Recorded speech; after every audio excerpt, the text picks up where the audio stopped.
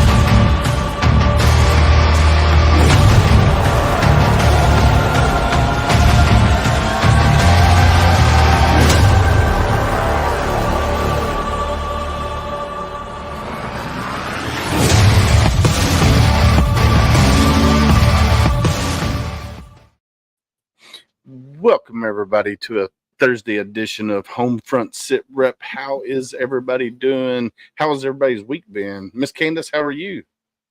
I'm good. Just good? You're just chilling? Just good? Excellent. No, I'm great. I'm great. No, I hear you. I'm doing all right. I can't complain. I had a not so busy, but busy day today.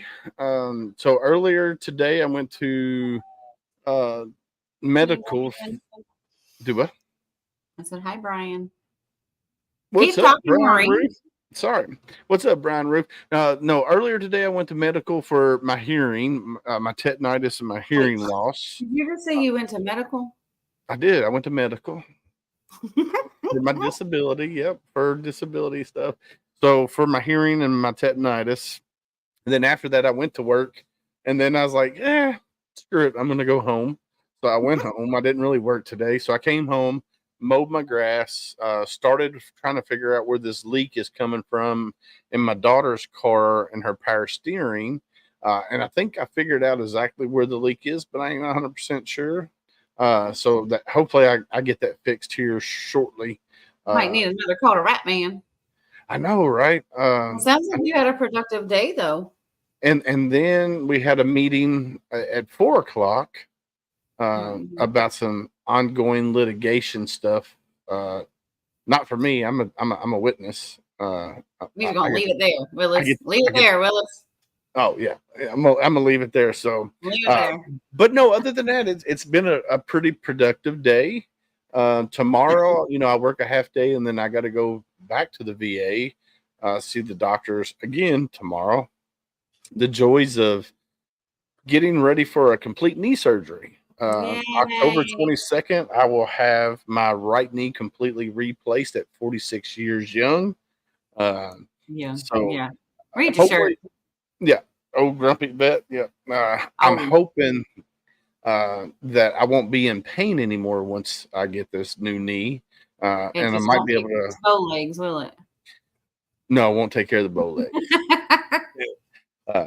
It looks like I've been riding a horse all day long, every day for the last however long, which kind of interesting fact that Mr. Willis here did used to do rodeo, and I am like scouring the earth looking for pictures of that. But with this knee surgery, I think as long as you don't mess with your calves, your wife would be happy. Probably. I do have some nice calves. You like some. Hi, Doc. Doc, that's my brother. My brother. Happy birthday. We missed his birthday a couple days ago. I didn't. I'm sorry, Doc. I missed your birthday. But I'm saying happy birthday now because I love you. We do love Doc. Everybody miss your face. Doc. I do. So Doc, he was just on a nice fishing trip. I saw that. We need to get with Doc and talk about the organization that he was with. But I was kind of leading into riding horses with my bow leg because of what we got coming on tonight. We got the Veterans Ranch. Look, it's Brandon Cooper. What up, Mr. Brandon Cooper? What's up, brother? But we do have the Veterans Ranch. They do Equine Therapy. They do workshops. They do PTSD awareness. Mm-hmm. They And everything's bigger in Texas. Well, right now they're in Florida. Well, They're in the Texas process. They're in the process of moving. Doc says that organization is Wild Warrior Adventure. Yeah, we'll talk soon, Doc. Yeah, we'll have But anywho, I'm gonna Thursday night squirrel session. Oh, hey, there's nothing wrong with doing a little bit of squirreling. So here's the link to their. Here's a little piece of crown. Are you ready? Sure. Catch. Throw it. You got to open wide. You're not playing along at all. Doc, we do need to go to Montana. Yeah. Website right here, theveteransranch.org. So today we got Mr. J.R. Smith. He's going to come and join us here in just a few minutes.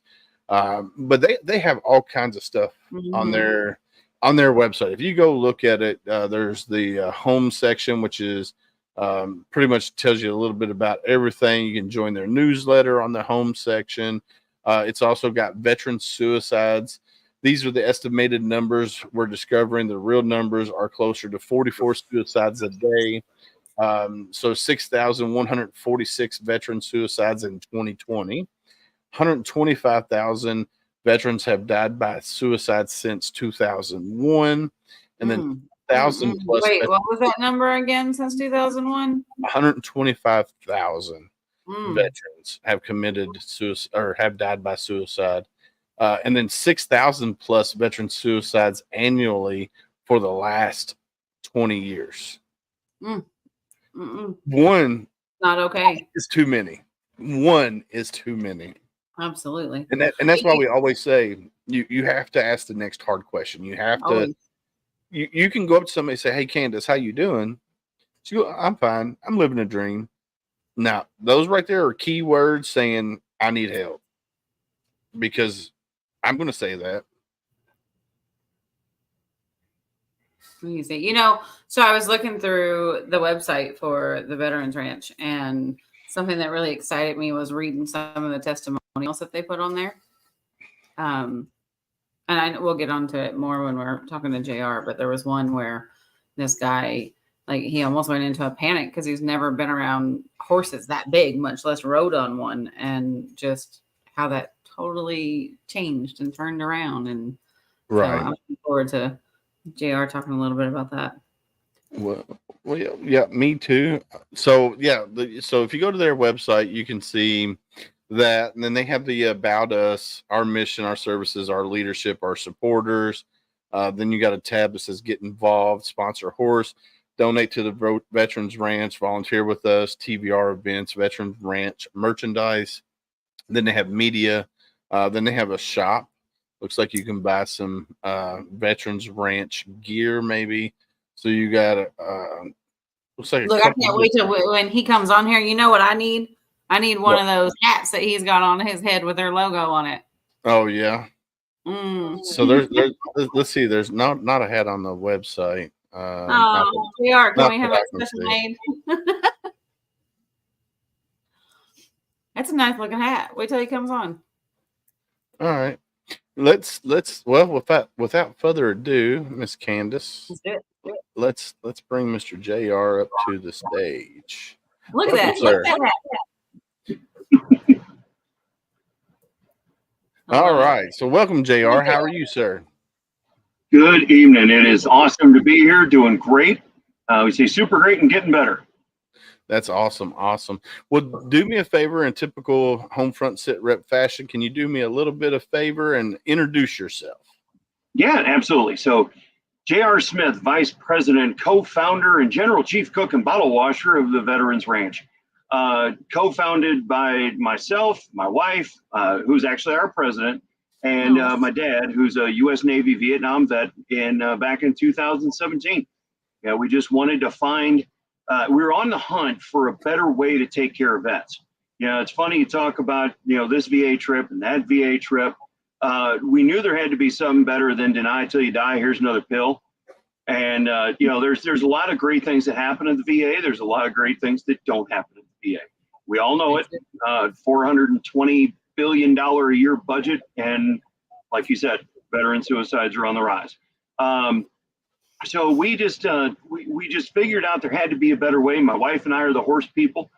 We teach my dad groundwork because between Vietnam injuries and motorcycle injuries, putting him on a horse will kick vertigo in about 5 seconds. So we can't do that. But we wrote down, or I was taught at a very young age to keep a legal pad by the bed in case you get an idea in the middle of the night. And and that started when I was about 14, 15 years old. So from then to my mid to late 40s, I had a lot of legal pads, went a whole lot of nowhere except this one here. Chicken scratch the one word ranch on it, October of 2017, had no clue what that meant. And, we are a faith-based organization. So we were doing that paper to seal and praying of kind of like, hey, can you explain what this means? Because we don't get it. And 2 weeks later, we're going to Bass Pro Shops because I'm that guy you can drop off at open, pick up at close, and I'm never bored.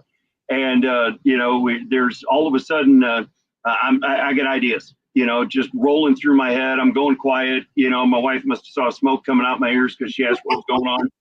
And I asked for a pen. Now, the joke to that is I've been in sales since I was 18. I never leave the house without a pen, but I didn't have one that day. So she gave me a pen, and about 20 little Chili's napkins later, the ideas for the ranch were born, the good, the bad, the ugly. And by December of 17, we were a charity. So, out of the pan into the fire, rock and roll. Here we go. So quick. You and your wife are not veterans. Your dad is a Navy veteran. Dad's a Navy vet. My father-in-law was Army 55 to 57. Nice. So you guys are what we consider patriots, is what we consider. Proud patriot, absolutely. Now, you guys started in 2017. Current to date, how many veterans have you guys served with Equine Therapy? How many veterans have went through your program? All people consider, because as you were kind of introducing us, that we have a broad reach. So it's veterans, Gold Star families, active duty military, and everybody's immediate household family. Okay, so that's a broad scope. Because so many of the families always get left behind. Everybody thinks about the vet. No one thinks about the one wearing a uniform that you can't see, worrying about the one that is deployed or just, whatever the case might be. That number over the last almost 7 years has been about 3,000 people. Wow. Okay. So you don't break it down by like if they are veterans, if they're family members, so forth. We run right now a 67% success rate of the veterans that come to us that have said some kind of PTS. We're a big proponent of dropping the D. If I could get away with it without all the Gen Xers just taking it where it shouldn't go, I want to make a T-shirt that says PTS drop the D, because it's not a disorder. It's an injury, if anything else. A disorder is being born with a leg shorter than another, a hole in your heart or something like that. So right now, of the ones coming to us admitting something and coming back saying that what we're doing is helping, we're running a 67% success rate. So we're proud of that. That number has probably been about 500 veterans over almost 7 years. So 500 veterans over 7 years. Okay. Yeah. All right. Cool beans. Now you're the VP. Your wife is the president, correct? Mm-hmm. Yep. I'm the one that doesn't mind getting on all these cameras and flapping my gums. No, I hear you there.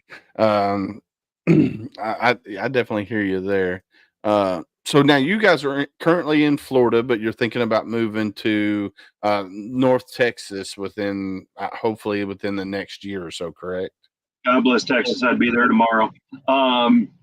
So this December we'll start year 7. We actually expanded into Texas in 2020. But then, of course, COVID shut the country down for a couple of years. That's a different discussion for a different day. And, so it slowed down the momentum of that. Over about the last year and a half or so, we've been rekindling old relationships, building new ones. Our horses are in Texas already. We had a veteran who's an actor. He was out of work for 8 months because the writer's strike affected everybody. So him and his family moved back from Utah to Texas. And he said, I got 3 horses. I don't want to get rid of them at all, but if they're going anywhere, they're going to you. So this past Veterans Day weekend, we got the horse trailer that we're sitting in right now.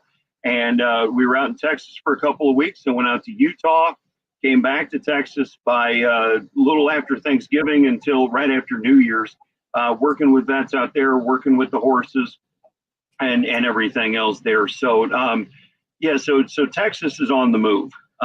Florida's kind of shut down for right now. We will backfill Florida, but the massive amounts of support financially and everything else right now is coming from Texas. And what a lot of people don't realize is a nonprofit is a business. You just don't show a profit, for it, and you got to run it like a business. So therefore, you got to go where the money is. And right now that's Texas. Gotcha. I got you. So Doc, my friend Doc down here, he wrote Horses Saved My Life. They're awesome. Yeah, they are. I can honestly tell you that I seen the transformation in Doc when it came to equine therapy. Like when I first met Doc, he was home ridden. He couldn't leave his house. And then he started going through the equine therapy, and now he's out volunteering. He's out doing interviews. He just came back from a nice fishing trip with what did he say it was? What did he say it was? Or Wild Warrior Adventures. Yeah. So he went with Wild Warrior Adventures. And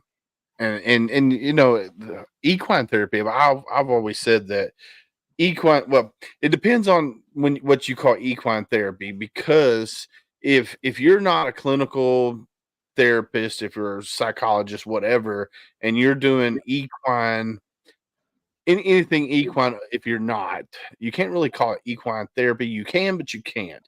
There's a fine line there, because if you're not a clinical technician or therapist or whatever, it's more like, what's the word I'm looking for? Equine. I know there's a word. I know there's a word. Marine it down.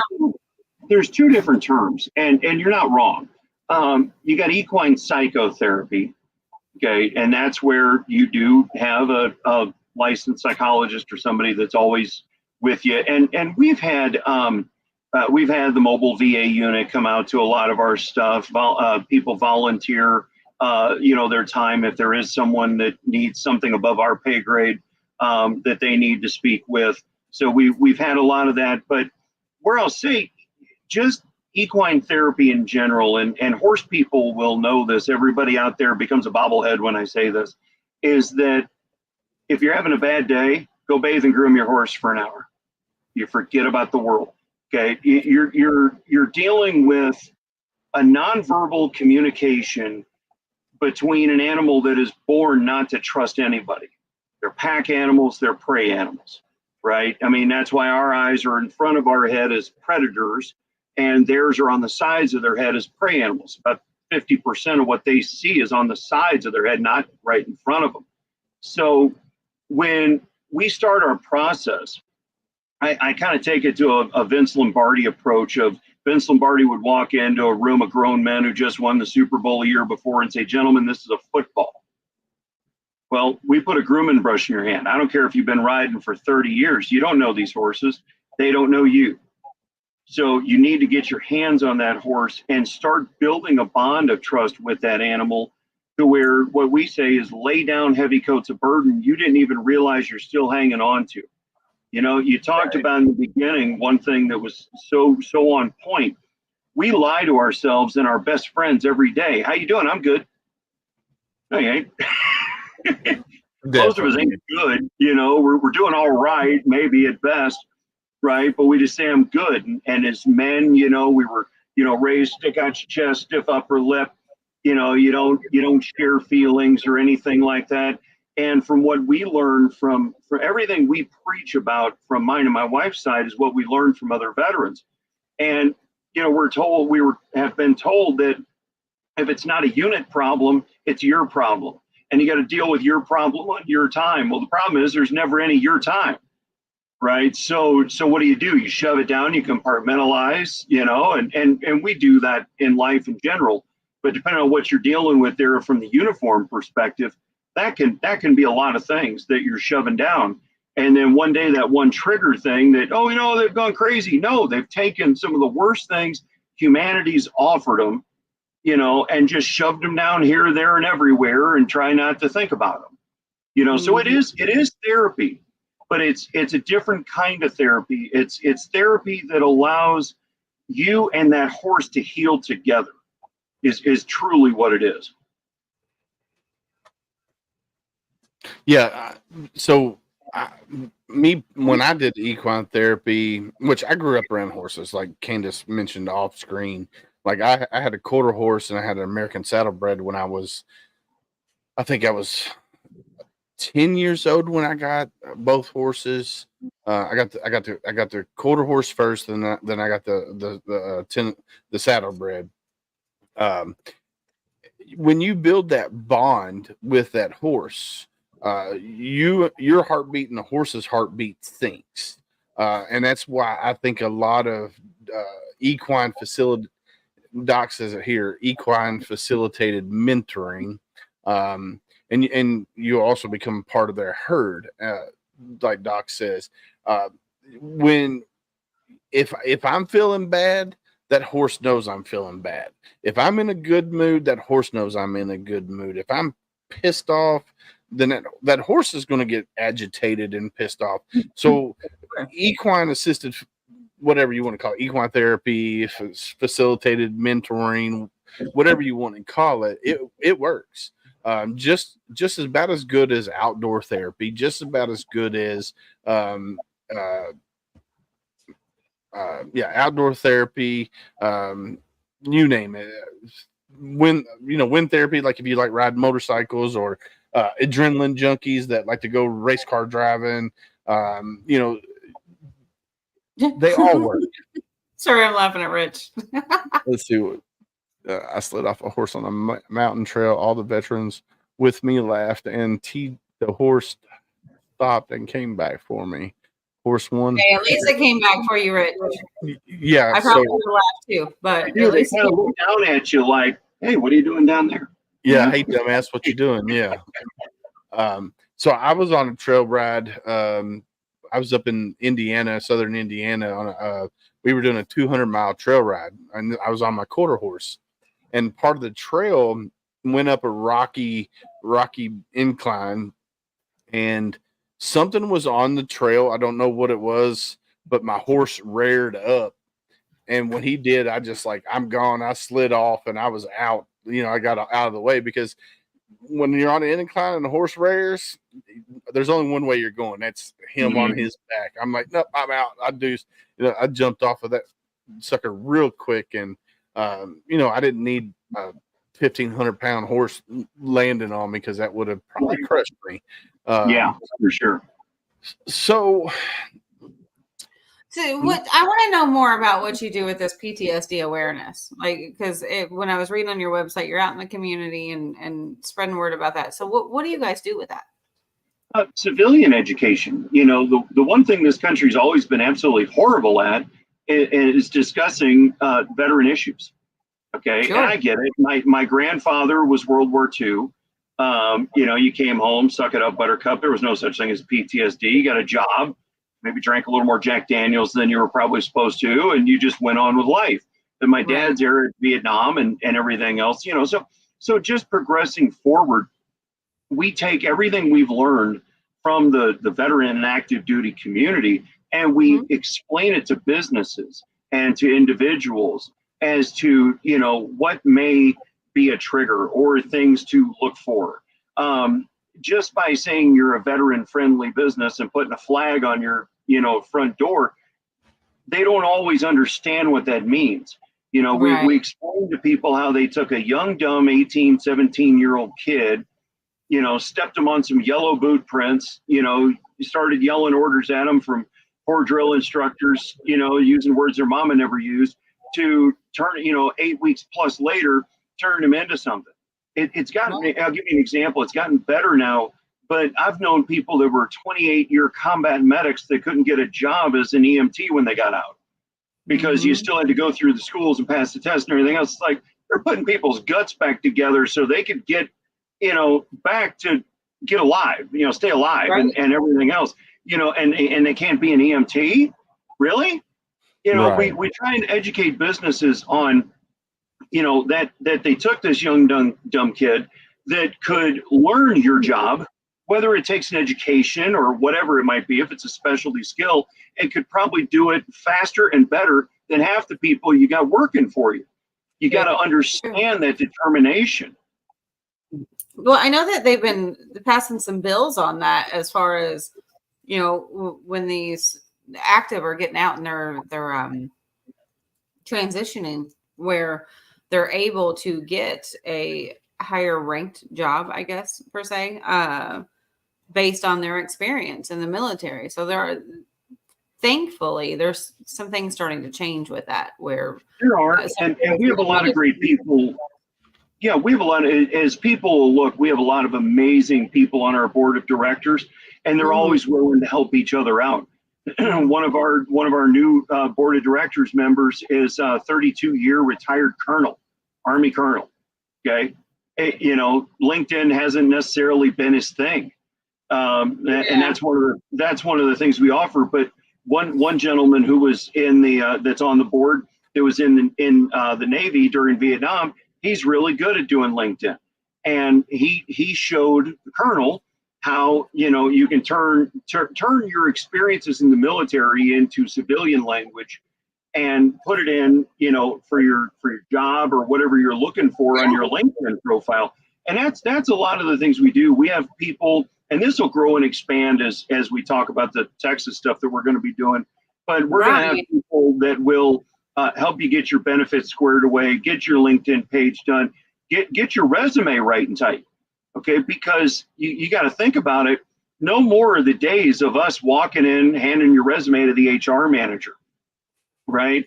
It's got to have keywords and hit algorithms and all kinds. You could be the most qualified person for the job, but if you write one like when I was 22 years old, you're never going to get seen. Right.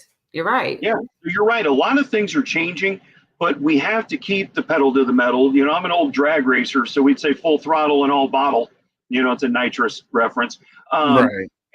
And so, that's what you got to keep your foot to the floor 24/7 in this business. I work 80-hour weeks every week.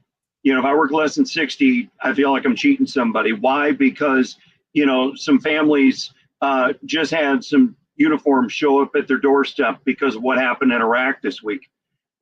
Because of somebody who's guarding a wall, because of what happened in Jordan this year. There's always something going on that somebody's got to explain, what is going on out here in the world, that if you're not in the military world, or you don't even have anybody in your family that served, you just straight up don't understand. Yeah, for sure. Definitely. Candace dropped off. When it comes to like nonprofits and stuff like that, when it comes to veterans in general, if you've never had anybody in your family that served and you don't know what they've gone through, it's hard to understand what they're going through. So I definitely understand making the community aware. And you said you do with Gold Star families as well. So as a nonprofit, when you host veterans, so do you not, like, I'm gonna go back to that question again. So you don't keep a record of how many veterans total you came through, how many first responders that came through, how many Gold Star families that come through? You don't keep records of that? No, we do. And you can go to all our information's on guidestar.org. We've been a platinum member there since our founding. And we have it all right there where it's all broken down. Okay. All right. That's cool. Yeah. Yeah. I've been looking at responders. first responders, we're roping more in as we get to Texas with this property that we're looking at, being the fact that 20 to 40% of the first responder community is from the veteran community. Okay. All right. So I'm looking at your website. So like I said, on your website, you have the home, the about us, get involved. So if you go through here across the top, you got media shop, testimonials. So we're going to go into the testimonials. I guess there's a couple. When I was looking at here, there's a few videos on there. Mhm. Do you update those regularly, or because I'm only seeing technically 4 testimonials on here? We update them as people will allow us to put them on there. We hit them from the, and it can get some real touchy subjects, obviously, and not everybody's wanting to put their story online. Because when they come out, they got to sign the waiver and everything else. I mean, like you said, you're dealing with a 1,500-pound animal that's basically a 4-legged toddler that could do anything at any time. And sadly, you can sue a ham sandwich these days. So everybody's got to sign waivers.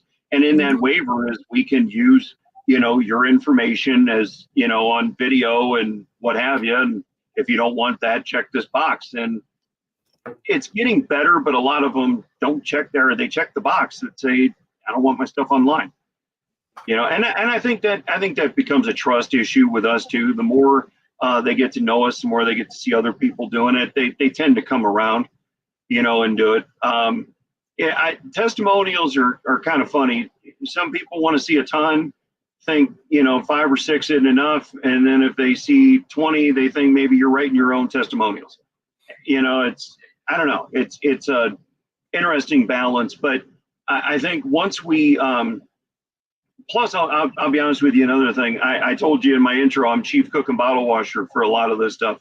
Yeah. And there are some that are still coming that need to get updated on the website that I have to get to our chief technology officer and get those updated as well. When we get out to Texas full time and get this piece of property we're looking at, there's at least 50 people we got to hire right off the bat, and one of them's a social media manager. Okay. Now, when you say hire, what's the percentage of people on the board that's paid? What's the percentage of people that are volunteers, and so forth? Okay. So nobody has taken a salary out of this deal in almost 7 years. Okay. The board is 100% volunteer. It'll always be that way unless they have a unique service, that we got to pay them for to do a job. Sure. They're not paid. They're not paid to be a board member. None of us have, as founders, have taken anything, even though we lost 2 face-to-face businesses during COVID. My wife went back to work. My dad went back to work. This is what I do 24/7. That will change eventually. I do believe in salaries for what you do, but just not stupid ones. I don't need $1 million a year to run a nonprofit. Money goes to the mission. And we just did our numbers this year, and again, guidestar.org. They're all updated on there. I think we brought in about $74,000, and we had about $1,400 carryover. Okay. So I mean, it's all going to the mission. None of it went to our pocket.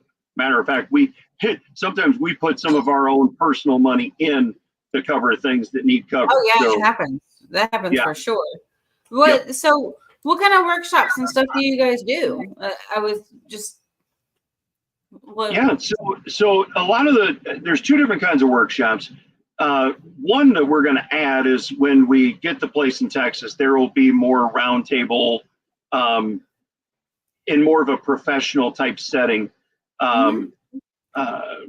Meetings, if you will, one-on-ones, maybe some group sessions. The ones I love are our campfire events. Okay. Yeah. When you come to us, we give you a little booklet. We take it real old school. We go analog. Okay. We give you a little booklet. It used to be from the dollar store. Now it's the $1.25 store. And inflation's a mother. And so we give you that and a pen. Now, I will tell you, we tell everybody, you get out of this what you put in it, but we don't force anybody to do anything. We just tell you what it's for. So you start writing down names and numbers of people that are there. You also need to write down something you need to let go of. I'll tell you an ounce why. Now I'm kind of giving away a little, Oz behind the curtain here. But so why do we ask you to write that stuff down? Because smartphones have been making people more stupid since 2007. And I'll be the first to admit it. I remember my home number growing up in St. Louis. I can't remember most of any. Because you don't call yourself anymore. Exactly. So it's crazy. So when you write something down, and again, that's why I do the whole legal pads and all that stuff. I believe in old school notes. When you write with intention, it sticks better because you're thinking about it, you're writing it, and you're reading it all at the same time. Okay. So let's just say it's a weekend event. You check in on a Friday, around 4:00. You're getting to know everybody. If you're on a diet, you're not when you're at our place. Because unless you got a food allergy, it's burgers, it's dogs, it's barbecue. I used to do competition barbecue, so we whip out the smoker and get some pork butts on there, maybe some ribs, and have a good old time. Saturday is all horse stuff, okay, from crack of dawn till at night. At night, we tell people it's fixing to get a little more serious. If you want to stick around the campfire, you can. If you just want to go over there, go over there. I'll give you an example. One we just did probably within the last year, okay? Everybody left except me, a young airman, and a Marine, okay? Now, we all know the Marines love to make fun of everybody who wasn't a Marine, especially airmen, okay? I love the interbranch ribbing, crayon eater, chair force, it cracks me up. I love all that stuff. But so what you do is, and I did this myself. I wrote down something I need to let go of. I stand up, I rip the page out. I personally shared what was on the page. You don't have to. And you throw it in the fire. When the words burn, it's gone. You got to let it go. Now, if life was that easy, we'd all be playing 52 card pickup, throwing stuff in a fire every night. Right. Okay. But it's the first step in a 1,000-mile journey. We had a young airman. Okay. He stands up. And he was just going to throw his page in the fire and he stopped. Well, earlier that day, one of the things we do is low-level liberty training, where it's you, a horse, a round pen, and a training flag, maybe a lead rope, and that's it. Okay, no halters, no nothing. You can't tug on that horse, make it bend to your will. It is truly building a bond of trust with that animal. Big, huge round pen. Okay, young man, now we're talking the July Florida heat, like right now, 105, 108 heat indexes, no shade in this thing. We had this young man in there for an hour and a half, okay, because he wouldn't give himself to the process. But we knew there was something there he had to let go of. If I told you all to relax a dozen times, by the time I come around to time 12, you are no longer relaxing, okay? And that's what happened with this young man. His jaw got so tight, he was trying to whisper. When we said relax, he goes, I am relaxing. Long story short, we finally get this young man walking shoulder to shoulder around the round pen with this horse. Okay. Stop, turn around. The horse followed him and went the other way. Got him to trot a little bit, and the horse trotted with him. Beautiful white mare, looked like Silver from the Lone Ranger. And she trots along with him. We get him back to the center of the arena. And one of the things we teach is how horses learn in the release. Okay. And that is how humans learn as well, especially military. Okay, like I said, when there are 4 drill instructors yelling 4 things at you that you got to obey all at one time, you're not learning. That's reactionary. You learn later when they leave you alone, and it can become rote memory. So this beautiful horse, she's over on the other side of the round pen, and all of a sudden she starts chewing and licking. Okay, now horse people know that means they like what's going on. They like you're leaving them alone. They're learning. They're processing, okay? You get that memory soak of what's going on. And he didn't know what that meant. And so I explained it to him, and he didn't understand learning the release. And I explained that first day of boot camp to him, and he goes, okay, makes sense. Now I get it. Now what do I do? And I said, shut down, because now he's on our side. He went from thinking this was just a bunch of BS to being on our side. And we taught him how to just slouch, kick a hip out, put your head down. See, I put my head down here. I can see both of you guys, but you guys can't see my eyes. And that's what we wanted to do with the horse. Just don't even act like she's over there. I said, wait till she comes to you. Within 5 minutes, it felt like an eternity, but within 5 minutes, she comes up, walks up to him, puts her nose right in his chest. This young man melted like he was 2. I mean, watershed moment. And there wasn't a dry eye around the round pen. I tell everybody, I'm 6'4" and about 275. And if you ain't got a tear in your eye, or at least joking around that, man, the allergies really suck this time of year, there's something wrong with you. Yeah. We get him out of there because you want to run in and give him, the Dale Earnhardt hugs around the neck, and but you can't destroy what he just did for an hour and a half with that horse. Right. We get him out. He goes and has his time. Now, fast forward back to the fire. He stands up and he says, guys, I'm not a crier. But he said, I spent 9 months in the brig at 19 years old, accused of sexual assault I knew I didn't do. Okay. And I mean, imagine, right? I mean, anybody being put in jail, but imagine a 19-year-old kid, and my dad told me the Uniform Military Code of Justice is not, you're defending the Constitution, but it's a whole different ball of wax inside than what it is outside. So, again, long story short, he said they found a young lady who was base jumping and getting young men in trouble. Didn't know if they were paying her off to be quiet or what, but they put her in jail and let him out. But the damage had been done. First of all, his own government didn't believe him. Some guys in his unit, hey, you got away with something, didn't you? And he's like, no, I really didn't do this.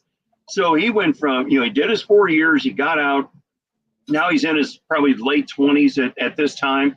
And he said, I just knew I had to get rid of this. And he came from Jacksonville, Florida, all the way to Lake Wales, Florida, where we had this event. That's a 3.5-hour drive. He just said, I knew I had to start letting go of this, and this seemed like maybe it would work.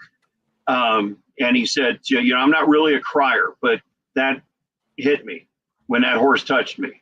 And he threw his page in the fire. The Marine stands up. And we're like, oh, shit, where's this going to go? Because you just never know, right? And he said he spent his whole time in Honolulu. Now, we had to rib him a little bit. It's like, oh, must suck to be you to spend 4 years in Hawaii, but he flew in Ospreys, okay? And from a civilian's perspective, if there is one platform that they need to get rid of, like it was never, ever built, in my opinion, are Ospreys, because they have killed more civilians than any enemy you ever could, okay, or killed more people on our side, the good guys. And one day, he's not on the docket. Plane goes up, plane goes down. Nobody made it home. 3 of his buddies were on that plane. The instant survivor's guilt. Why wasn't I number 4? Then of course everybody else that was on the plane, some he knew, but 3 of his best friends were on that plane. And he went through our program. He's gone through a program in Montana that got him a service dog. Great friend. I stay in touch with him on the regular. He's up in Arkansas, and he does something real similar to what we do in Arkansas. He's a horse guy. So, and then he threw his page in the fire. Then there was, a lot of, man, this smoke from this fire really sucks. A lot of Dale Earnhardt hugs. And I tell you what, the rest of that night, we killed 3 batteries on every Bluetooth speaker and every cell phone we had on us, singing country music, on key, off key, didn't care, just having a good time, around that fire. Everybody come over, what's going on? No, you didn't want to be here, for this before. So you get your ass over there. We're having a good time here. And, I'm still in touch with those guys to this day, but, to us, that there is something about a campfire that you will share things with people you haven't told anybody your whole life. And I tell you, that has been one of the most successful workshops that we've ever done, because they say, look, I'm not saying I'm cured, on day one, but they were able to fully understand where their journey needed to go from there.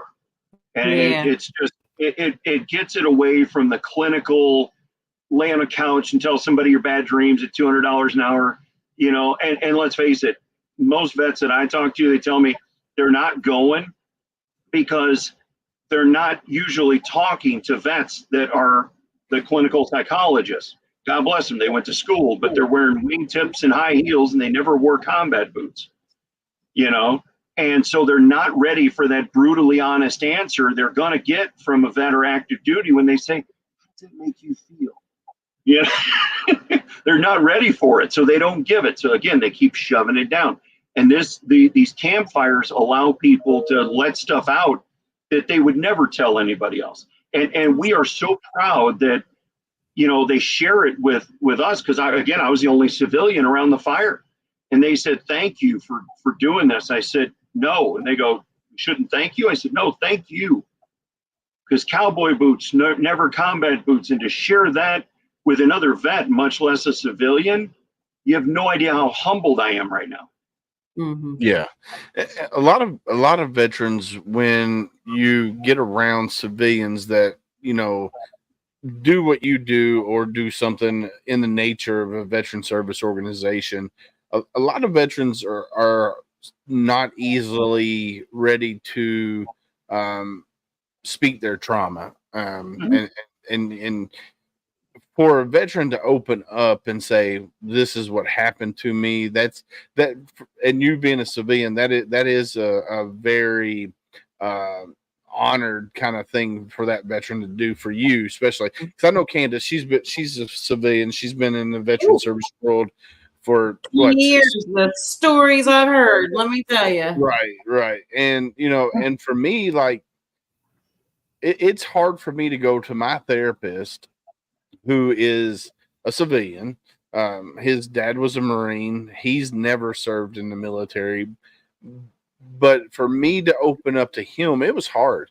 Like the first couple of times I went and saw the doc, I kind of told him a little bit of stuff that I needed to tell him, but I didn't open up. I mean, and I still don't think I've completely, fully opened up to the guy, especially about my personal pre-military life, growing up in Bardstown, Kentucky, and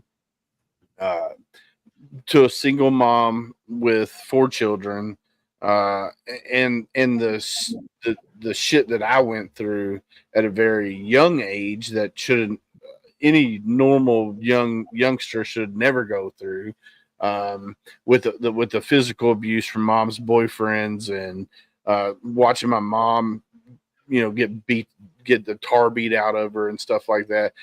That's something that a child should never see. So I don't really go into whole. It's hard to talk about it, like whether it's military service or not. And like you were saying, it's like when you have some of us that have been in it, like where I've been in it for over 20 years now, and you have these veterans that I've been around for so long that it's almost like they forget that I'm not, just because once you get so involved in their lives and they have that comfort, things start to come out. Like when I went down to Murfreesboro for the 30-year reunion of Black Hawk Down, like, ooh, let me tell you, the most humbling experience ever in my 20 years. But like where Willis, I think you were going with that is, putting a bunch of veterans around a campfire, something happens. It does. Yeah. There's something. It really does. And we tell everybody, look, we don't force anybody to do anything. It's on y'all, to do, what you want to do with that. But you're right. The more you're around them, we know for a fact that we're building a bond of trust with them as much as they are with a horse. Because they want to know, are you in this for the money, or are you whatever, are you just trying to do it for your own ego or whatever?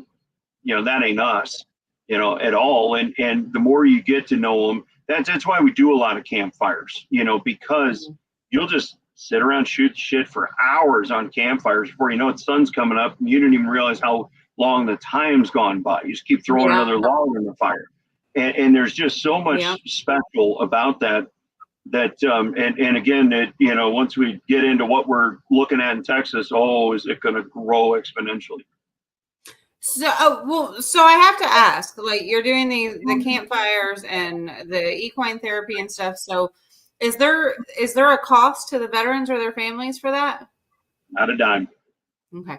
Not a dime. We will, as we become, so when you're traveling around doing this, the VA won't make you a certified therapy center because you're not a particular address. Okay. Once we get into Texas, we'll be able to become a certified therapy center, and we can bill the VA like when they send them out there. But and same thing with like Blue Cross Blue Shield of Texas. We're working some things out there as well. But no, there's never a cost to the veteran or their immediate household family. So if Now, it's like I a will say weekend this. trip, One of the expansion things we're going to be doing is Western riding lessons and trail rides. There will be discounts for vets on that because that's something that brings revenue into the nonprofit, over and above the grants and the donations. But as far as just the therapy stuff, not a dime. So like the weekend trips and stuff like that, they come like, is there room and board, food, everything's covered? Like if somebody's interested. The last one we did, some people brought tents, and then it did get the rain overnight. That Saturday night that we were just praying would go around us. But the cabin that we were in held 15 people. So the ladies would stay with the ladies, obviously, and the guys would hang out with the guys.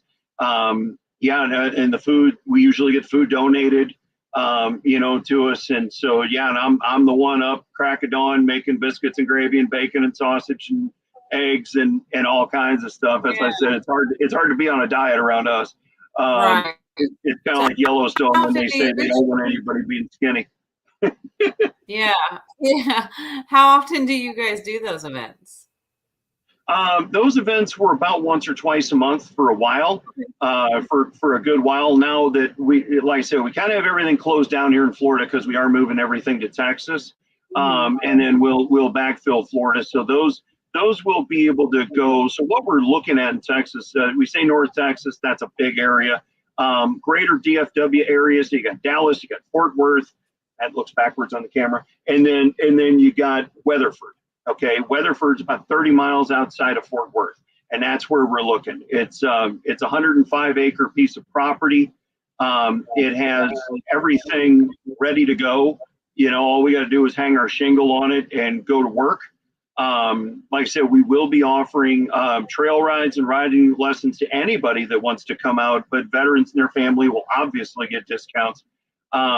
And so we've already partnered with another veteran nonprofit out in Texas that shows you how to grow your own food with hydroponics and aquaponics. Oh, cool. Okay. Yeah. And so we're going to have a big greenhouse. Now, one thing that I thought you were going to ask and didn't, so I'll just say it. When it comes to hiring, we are kind of like Black Rifle Coffee. We want 70% or better of the people we hire to be from the community we're serving. Right. So it's vets serving vets. There are just some people that are like us that are just proud patriots that are just qualified to do the job, but we're shooting for veterans first. So we're going to hire people to run the greenhouse and run the fruit and vegetable stand that'll come with that. So one of the things we're going to be doing is teaching them how to run their own business, how to be self-employed if they don't want to just, go get a 9-to-5. What's the name of that organization with the plants? That's pretty cool. It's different. It's called Veterans Produce. It was started by a 20-year retired chief petty officer, and he bounced through the job market. Like a lot of guys, girls coming out do.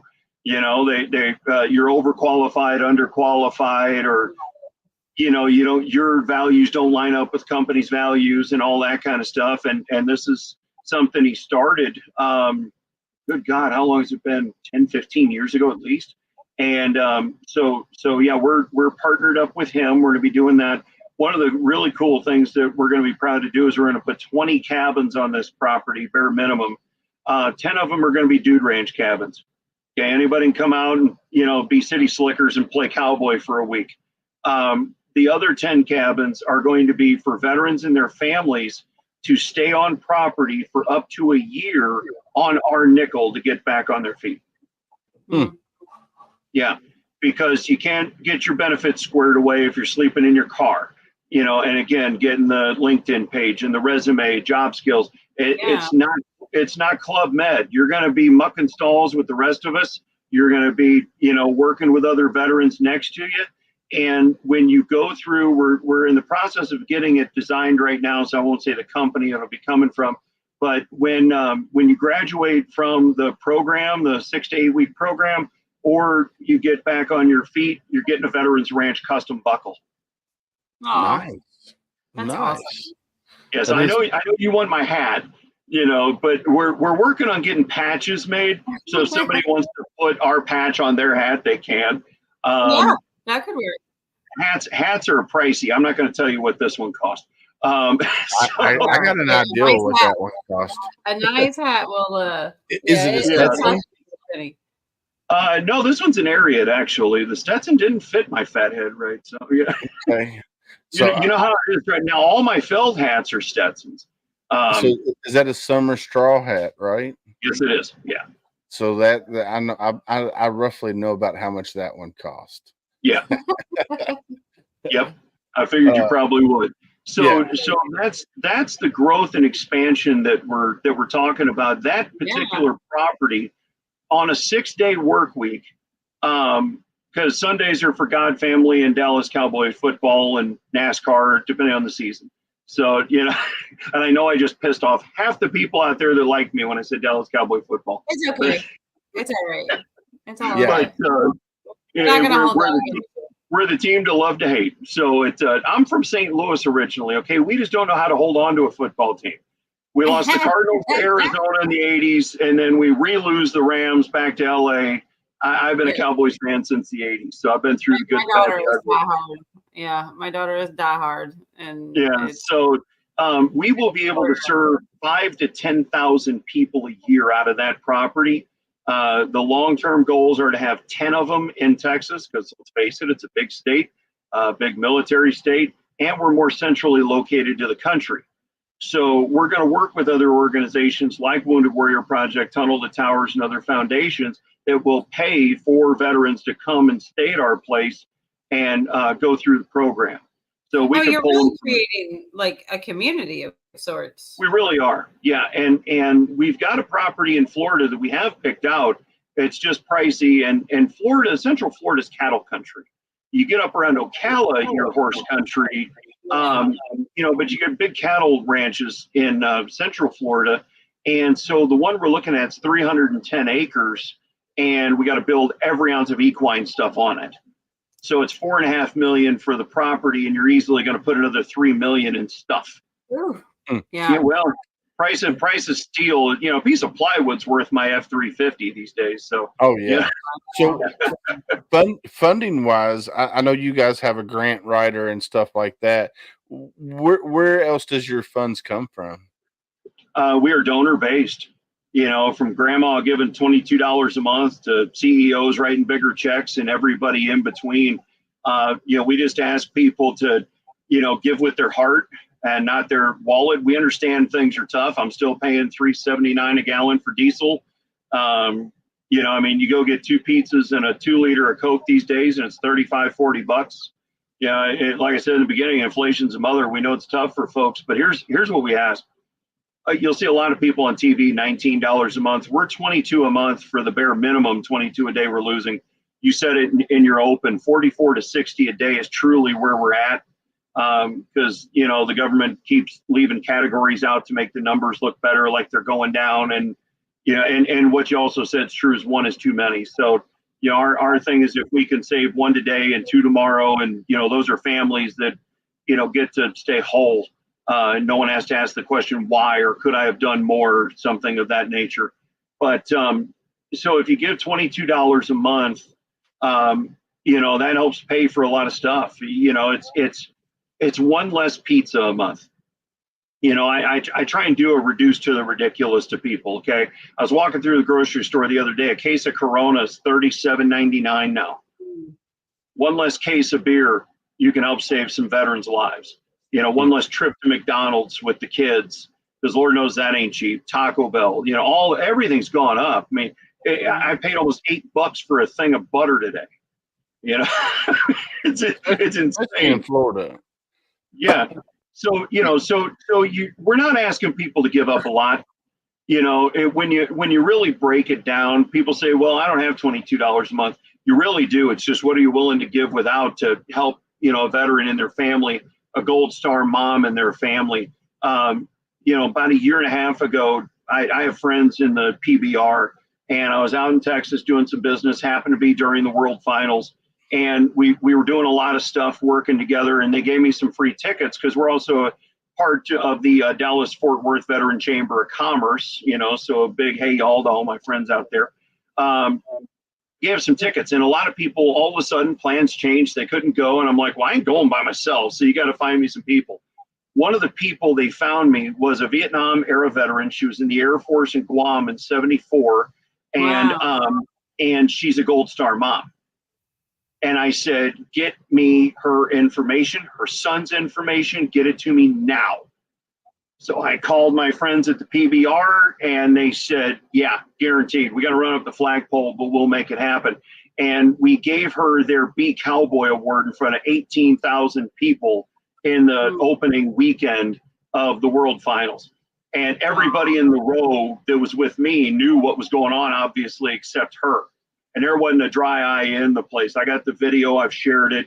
And the professional video, the sound doesn't come close to what was going on in that arena. And she said, she looked over at me and said, did you do this? I said, yes, ma'am, I did. I'm proud to do it. Now I'm getting hugs and high fives, and they're hugging her, and, and everything else. And I tell you, here's why we do what we do. We sit down. She said, man, I had to choke back every tear, I could. And she's going through her bag, and I'm thinking she's looking for some Kleenex, right? And she pulls out a thing here, and it's her son's challenge coin, and she gives it to me. Now, we had challenge coins before. I've given some away. We're redesigning ours now, and I have some others on I have an American flag challenge coin board, and a shout out to Southern Patriots who made that for us and donated it to us. And she hands me the coin. Now, I've been given coins before. I've never been given a coin with their kid's face on it. Yeah, her son was in the Navy. He was a week out, which he didn't know. He wanted to fly F-14s. He was extracted in 1996.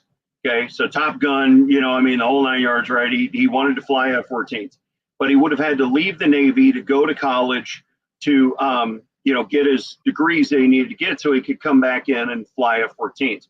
And he was denied. And him and a buddy of his were fixing to go back home on leave, and they switched flights. He gave his flight up to his buddy because his buddy's kid was being born, and he wanted him to get home sooner so he could see his kid be born. Now, I don't know how he was extracted. I didn't ask, and I don't care, because that's not the important part. But thing is, he gave his last full measure of devotion for his country. And, I carry that kid's coin in my pocket every day. It's an emotional roller coaster when you're doing these things, and you start to meet families, and you see the pain and the heartache and the trauma. We're talking 2023, and that happened in 1996. Yeah, and it's like you don't just see it, you feel it. And it sometimes when some people get involved in things like this, and they're like, I just can't do it. They can't emotionally work their way through it. And because, each veteran that you work with, each Gold Star family that you work with is another one while they're going through their things. And not to say that we could even compare, but then when you're dealing with multiple and you've got all of these things coming, if you're not able to process that the right way or be able to respond to them in the right way, like it's going to emotionally tear you down. And it's hard sometimes, but when there's something that you find when you have this beautiful group of people around you and you're able to come together and do something for that veteran or that family, there's no better feeling than that.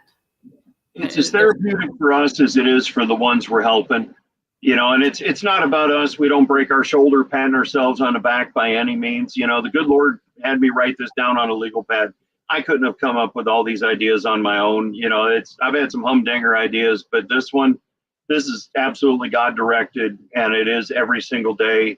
Again, you heard me, it choked me up a little bit, when you share that story, because, that's somebody's kid, that wanted to fly F-14s, and He's no longer with us. I mean, that's so when people say, I work a lot of gun shows and horse shows because, us Patriots, we love our guns. And, and people say, why do you do what you do? And I take that coin out and I slap it, PJ's face up first on the table. That's why we do what we do. Because of Carla Wicks, who gave me that coin, who still wishes her son was here. Absolutely. Oh, yeah. Yeah, Gold Star moms. We've had Michelle. Well, we had Michelle Black, who's a Gold Star wife, and then we had Scott DeLuzio, who was a Gold Star brother. Gold Star families are ones that, for some reason, get shunned in the veteran community, and I don't really understand why. I mean, all the way down from the day of or 3 days. Yeah.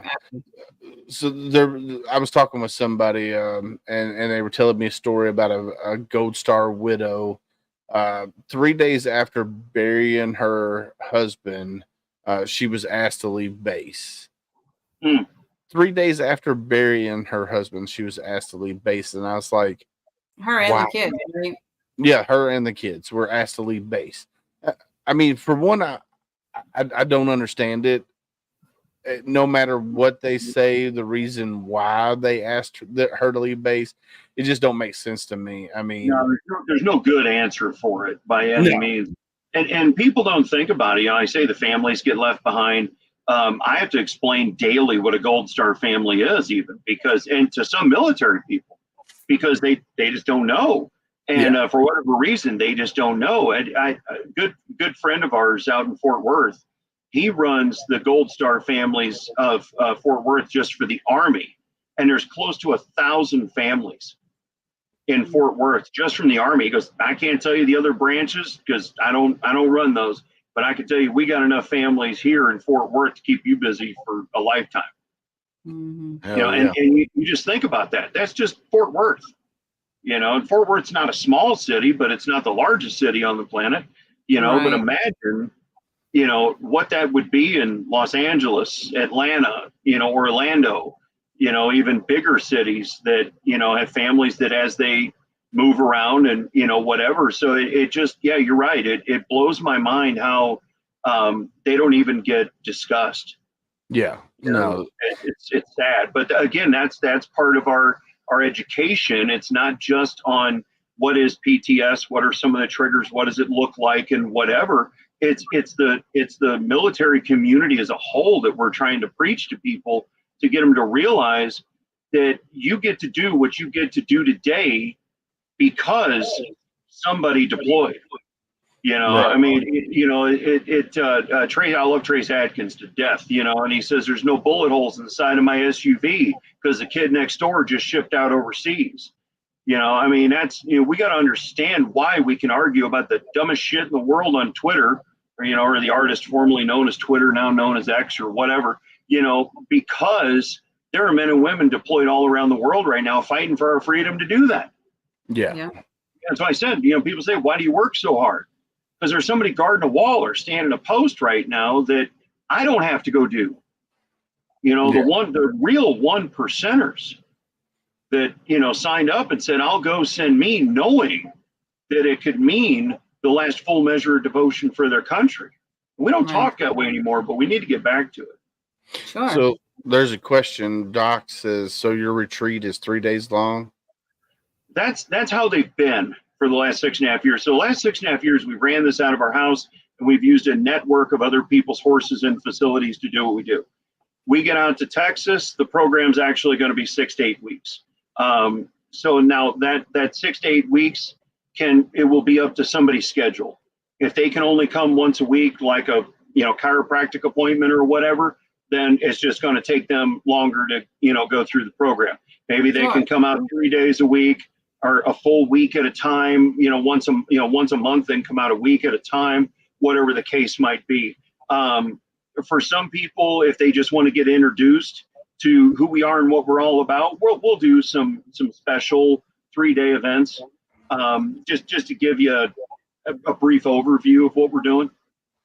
So are you mainly just focusing on northern Texas area, or say somebody from Kentucky wants to come check you out. Well, how does? Yeah, God bless you. Come over. My wife's family's originally from Ellington, Kentucky, so got some connections to Kentucky. If you were just focusing on people within a certain area, or if there was a Yeah. certain qualification for that. Again, when those larger funds come in, we will, give a grant, if you will, to pay for some people to come down and go through the program, or maybe just at least reimburse their travel or something of that nature. That's why the donations are so important. Because first of all, y'all know this, the word cheap and horse never go hand in hand. No. I got a $2,000 vet bill that I'm paying on because I told you we got 3 horses donated to us. We lost one over the holidays, and he was 21 years old, and we loved him to death. We only had him for 30 days, but something happened, and we just couldn't save him. And that's still a $2,000 vet bill for one horse that I only had for 30 days. That I'm just making monthly payments on, because we didn't have the $2,000 set aside to do it. So if anybody out there wants to help us pay a vet bill, veteransranch.org, hit that donate button, make a one-time donation, whatever you can do. But yeah, I mean, between feed and hay and vet bills and farriers every 6 weeks and dentists twice a year. And at that Texas property, we plan on having 30 horses. So multiply those costs out. I mean, 2 of them is expensive enough. So, yeah, there's going to be a lot going on. We'll take them from anywhere in the country. Like I said, if we're able to backfill Florida, that just gives us another area to pull people from. Maybe you're in Georgia and it's easier to get to Florida than it is to Texas. Whatever the case might be. Again, this is not an ego thing for us, but we want, when you think of equine therapy for the military community, we want you thinking of Veterans Ranch top of the page. We want to be the Kleenex and the Xerox of the equine therapy world. We don't, you don't always buy Kleenex, but that's what you ask for. And, we say Xerox, even though Lord knows it could be an LG, kind of machine or something, right? But that's what we want, because we're losing so many vets at a rapid rate. Obviously, some of it has come from the World War II and Korea age veterans passing on. But we were, the word used to be 20 million veterans. I got it from a friend of mine on good authority from Representative Jim Jordan that we're at 16 million now. Part of that is just because of aging out, and the rest of it is the suicide rate. Sure.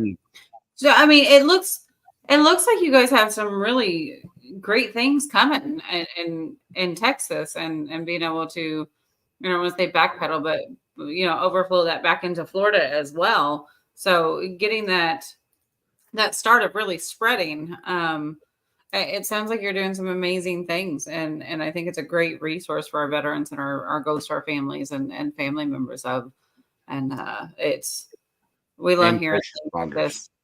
Yeah, and first responders, and it's because it's. Yeah, that's what I was sharing when you had to step out there for just a brief second. We are with the Texas property. We will be roping in first responders, no pun intended, because 20 to 40% of first responders are from the veteran community. One of my buddies, I had 4 buddies go to the Sandbox in 1991 when we graduated, and they all come home. One was an MP in the Corps. He told me he couldn't wait to get out. I tracked down everybody except this guy. And, it's not like today where you can just text them till they answer. It's 1994, 95. Cell phones were $1 a minute and cost $4,000 to put in your car. So I used, like I said, I used to drag race and autocross. So I had Mustangs all the time. I'm a Ford guy, and you could hear me coming before you saw me coming. I'm going through my neighborhoods, 25 miles an hour, second gear. I'm loud. And the St. Louis County cop, whoop, whoop, comes around and pulls me over. I'm like, okay, I wasn't speeding. And so, all of a sudden the guy goes, step out of the car, please, sir. I'm like, what the F did I just do? So and all the nosy Ritas are coming out of the neighborhood trying to find out what's going on with me. I get out of the car, and it's my buddy Lenny Sanders. I'm like, Sanders, you son of a, now they're trying to figure out why I'm giving this cop a bear hug. They just asked me to get out of the car. I'm like, well, bro, I knew you've been home a while, but, I couldn't track you down. He said, I didn't want to be tracked down. Right. He said, I couldn't wait to get out.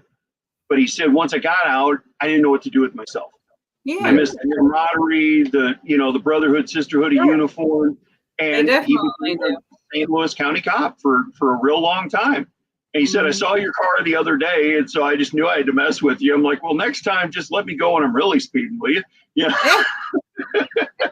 Yeah. Well, and that's the thing about first responders, though, is like, even if they're not military background, like it's talk about PTS and some of the things that they experience and they see. Yeah. I got a friend of mine. He's a Polk County sheriff, and he said he saw more under Grady Judd for 20 years than he did 4 deployments to Iraq. Because you're the one right there, the domestic violence, the drugs, the car accidents where, there's fatalities, and sadly some of them are kids, and things like that. Yeah, you're right. I mean, the suicide rate for EMTs is actually higher than veterans right now. Yeah, because I mean they're right there, just getting the brunt of it. A lot of times before police or fire get there. That is rough. Oof. That is definitely rough. Candace, it's about that time, my dear. So I know. It's been great learning all of these things. And what you have going forward. Is there anything that we've missed having you on here, or because we've talked a lot about what you were doing in Florida and now how we're picking up with this grand community that you're creating in Northern Texas, and have we missed anything? I feel like we've learned so much. I don't think so. I think we pretty much covered it all. Yeah. And thank you guys so much, for helping us get our word out there. We thank you so much, because I'm one guy, one voice, and people that follow me know I'm all over social media everywhere you can find me, but I'm still just one guy, one voice. So the pleasure is ours. Yeah, we just can't thank you guys enough. And we just ask, again, whether it's $10, it's $20, it's $100, $1,000, whatever you can give, you truly are, helping veterans. Every dollar counts. Like I said, right now, that $2,000 vet bill, that'd be a really cool thing to cover. Yeah, absolutely. for sure. Well, JR, thank you again so much for joining us tonight. We look forward to seeing what blossoms with the Veterans Ranch. Well, thank you. It's our pleasure, and God bless y'all and everybody out there, all your fans watching, and we really appreciate you. Awesome. Thank you for coming on, JR, and we'll talk soon, brother. Thank you. All right, bye. How cool was that? That's really cool. It is super cool. Horses are a different breed. You have your emotional support and your therapy dogs that are amazing, because dogs are great at everything. Like there's nothing that dogs are great at everything. But you put anybody that's going through something next to a horse, those horses, like the amazing things that they do and the connection that you can create with them. And, Doc was saying earlier, it's like you got to become a part of their herd. And it's almost the more damaged you are, the easier you get in, because they know. It's insane how they know. And horses are very intuitive. Literally, they are super intelligent. Horses are very, very intelligent. It's a lot like dogs. Dogs are very intelligent as well, but horses they will actually sync their heartbeat with yours. Yeah, there's this healing thing to it, and I don't know if some of that has to do with how big they are, and they're right there. I mean, it's so intimidating to have an animal so large being so gentle and so healing with you. So it does. I mean, I remember when I was growing up, I've been around horses my whole life, except for the last 20 years, because my wife is allergic to everything outside. But, before I met my wife, I was around horses every day. I mean, it was something that I loved doing. Of course, I did a little bit of amateur rodeo back in the day, and he says, Brian Roof says, let me know if you guys get some pics or testimonials from your guests. Would love to see the success. So JR, somebody's looking. He's like, he says, let me know if you guys get some pics or testimonials from your guests. Would love to see the success. So I might have to get some of that from you on the backside, JR. I know he's still in the green room there, and he gave me the thumbs up. So I'll get that to you, Mr. Brian Roof. But no, I grew around, like I said, I grew up around farm animals in general, just farm animals, because I grew up on a farm, and we had cows, we had goats, we had chickens, we had horses, and Oh, what'd you have, Willis? What were all the animals you had? I had all kinds of animals. We had a little bit of everything. Hogs, we had, you name it, we had it. But horses were the one that always, like, whenever I was on the back of a horse, whether it was bareback or I was riding Western style, just that connection with that massive animal, it's amazing. And then, like I said earlier with Doc, watching his transformation, it's, in the words of Willis, simply amazing to see that phenomenal. Yeah, that's the words of Mr. Al Hero, phenomenal. But no, other than that, it was amazing. Horses are amazing. Whoever does equine therapy, whether it's with a therapist or without a therapist, you still get the same healing properties. Yes, that's the word I was looking. The healing properties of it. So, and honestly, like Doc said, he's never opened up to a therapist. So I think veterans and first responders would probably get better results without a therapist being there. Sure, they open up to a horse, and that horse doesn't talk or judge. Right. They just understand.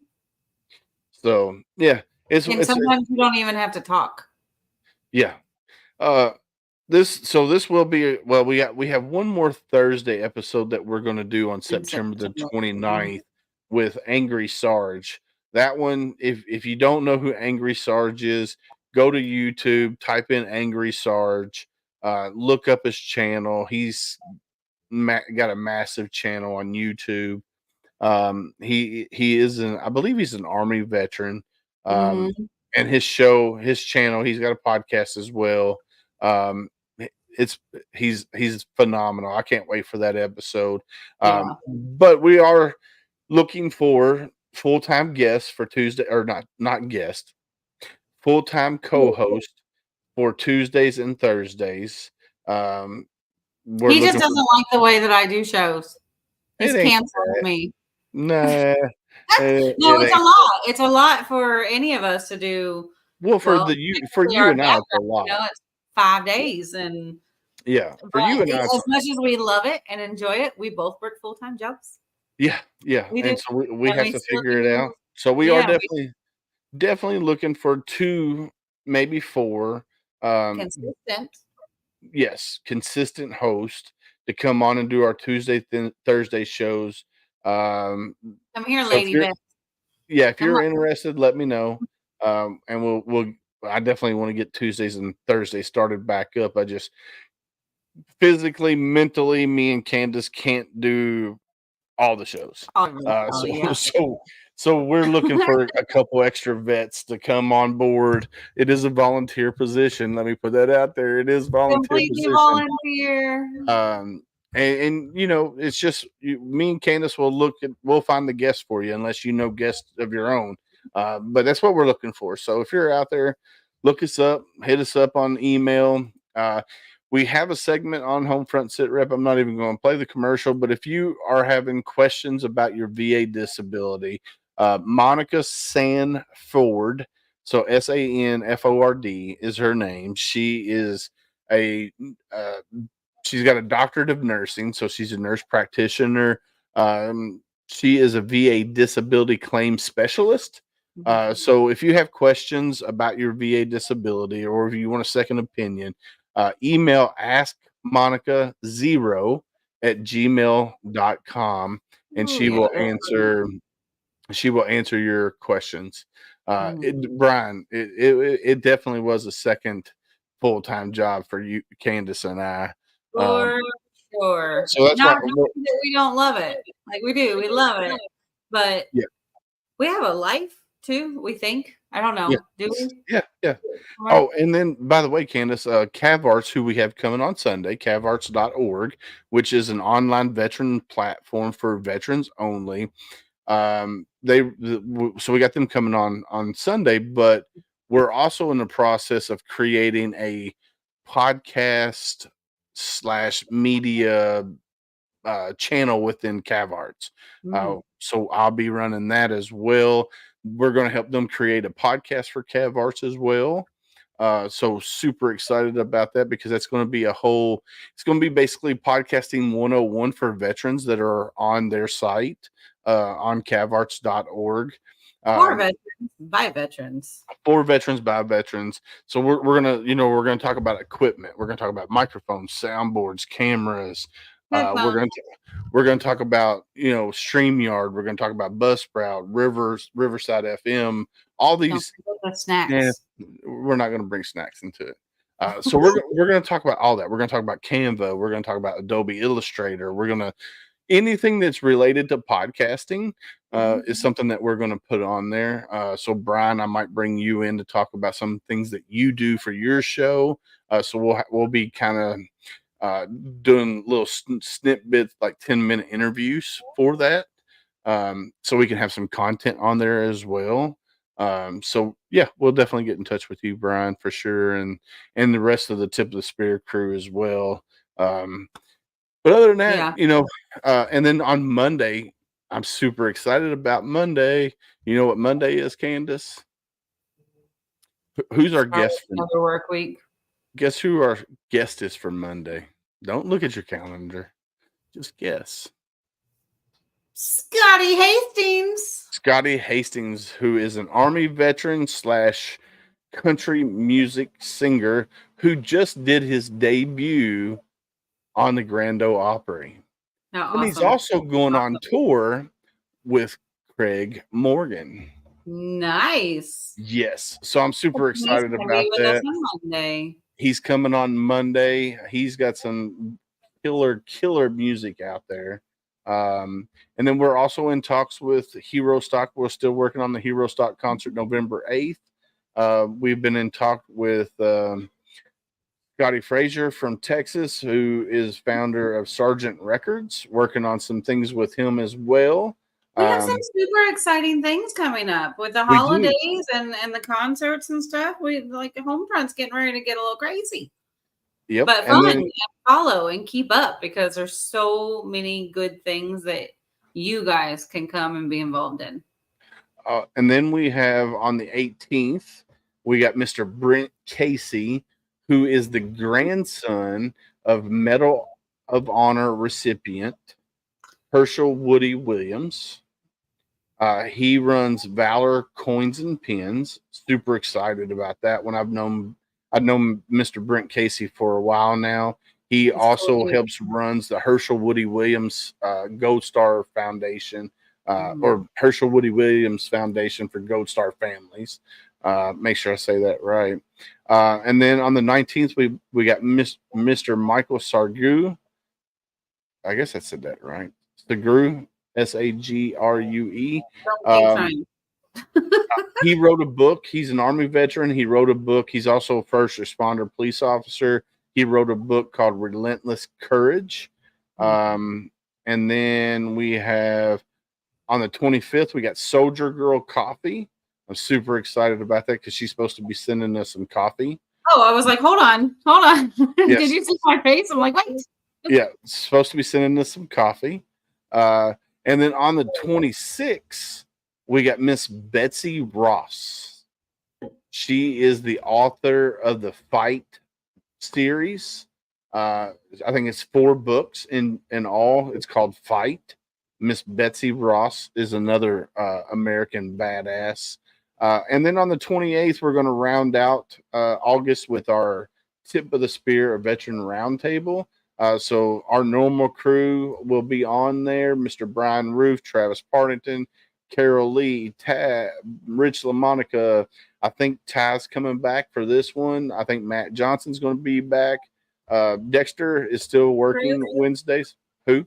Chris Elder. I talked to him earlier today. So our normal crew will be on that. Super excited. I think we're going to add a couple more to the rotation.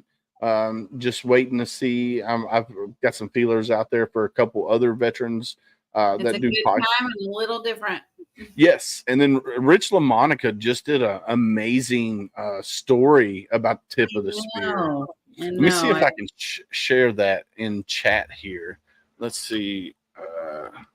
I know I shared it to my Facebook page. Let's see. I think I can copy the link. Yeah. Oh, no. What the heck's happened there?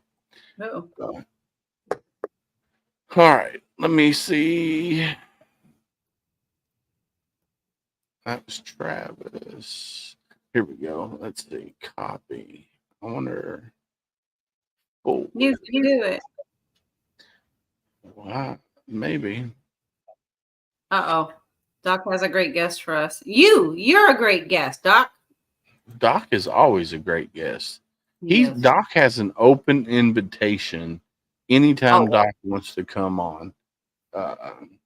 Doc, you can reach out to me. You could text me, call me. So here's that article that I just posted it in chat.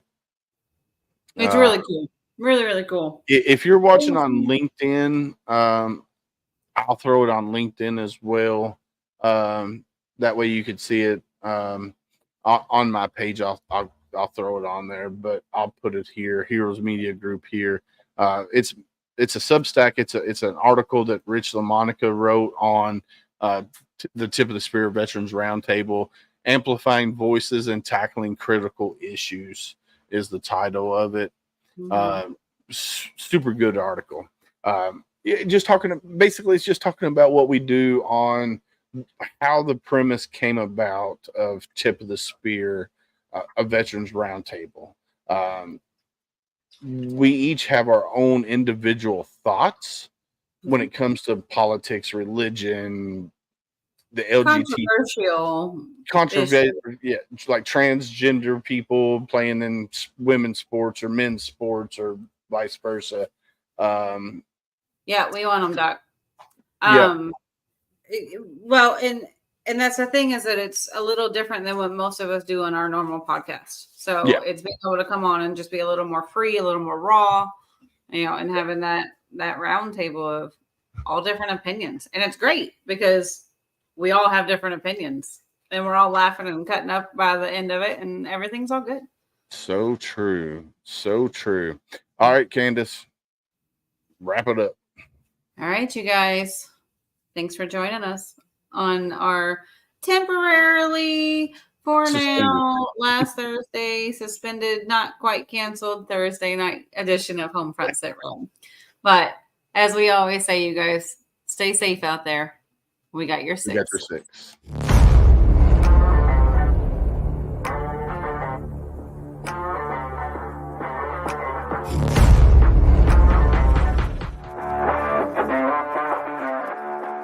Thanks for listening. Hope you enjoyed this show. Suggestions and comments are always welcome. Cannot wait to have another great show with y'all. Don't forget, you can find Homefront Sitrep on Apple, Amazon, Spotify, or wherever you get your favorite podcasts. Stay safe out there. I got your 6.